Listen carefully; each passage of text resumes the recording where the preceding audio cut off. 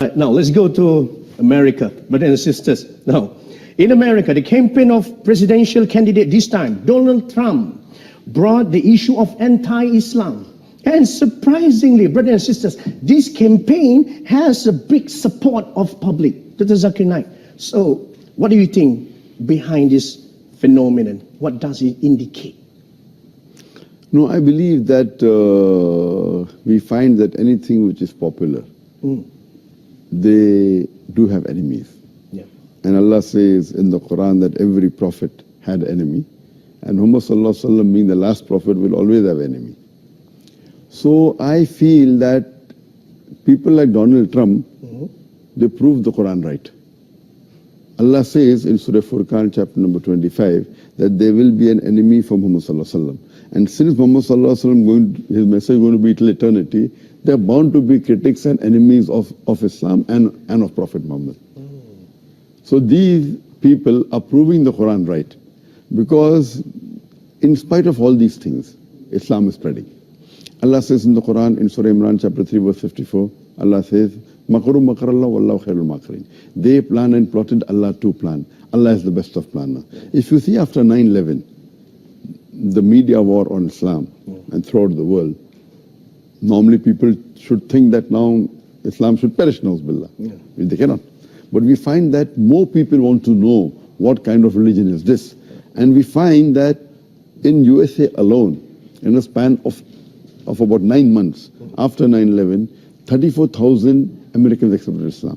In Europe alone, in a span of 10 months after 9/11, more than 20,000 Europeans accepted Islam. So more they are trying to attack Islam, more Islam is spreading. I believe that such type of people, in the long run, it is benefit for Islam. People want to know what is this religion. And whenever people attack Islam, and you find that in the long run, it benefits Islam. All right.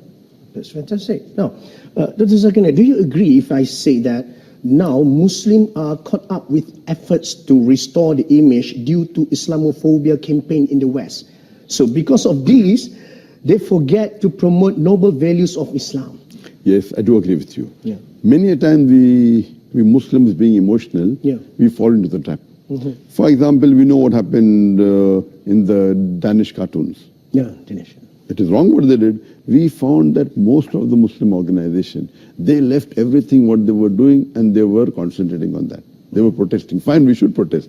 But that doesn't mean that we stop our activity. So if an organization was suppose doing 100 points work, they focus all their attention on replying to the Danish cartoon, and out of 100, they only do 5 points work. So imagine if all the organization do that, it will be a loss for the Muslim Ummah.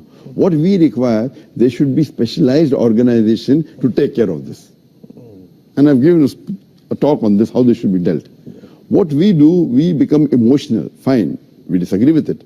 But don't become so emotional that whatever positive work you are doing, you also stop that. So if he is attacking Islam, we don't leave everything. You leave everything and you only go and reply to that. I mean, for example, as I told you earlier, that anyone that is popular, they're bound to be criticism on him. I mean, for example, if you go on the Google and if you type my name, there'll be about approximately 15 million websites which has my information. I would say approximately 15 to 20% would be against me. So when a person gets popular, there are bound to be enemies. Initially, I had a perception that when anyone gets popular, the percentage of enemy remains the same. For example, if there are 100 followers, then 1 is the enemy. If you have 1,000 followers, then 10 is the enemy. If you have 1,000,000 followers, then there will be 10,000 enemy. The 1% remains the same, or 2%, or 10%, what the percentage, it remains the same. But later on, I realized that it's not like that. If you see the seerah of the Prophet Muhammad, when he started preaching Islam, initially he had 5 followers, no enemies. It became 50, 100, no enemies. When it started increasing, then the enemies started appearing.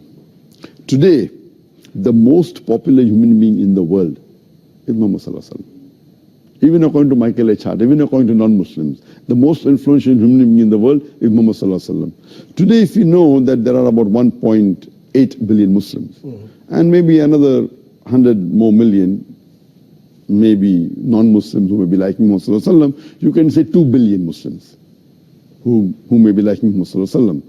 But those who are against Muhammad sallallahu alaihi wasallam will be more than 2 billion. Yeah. So because of the popularity, then the percentage of enemies keep on increasing.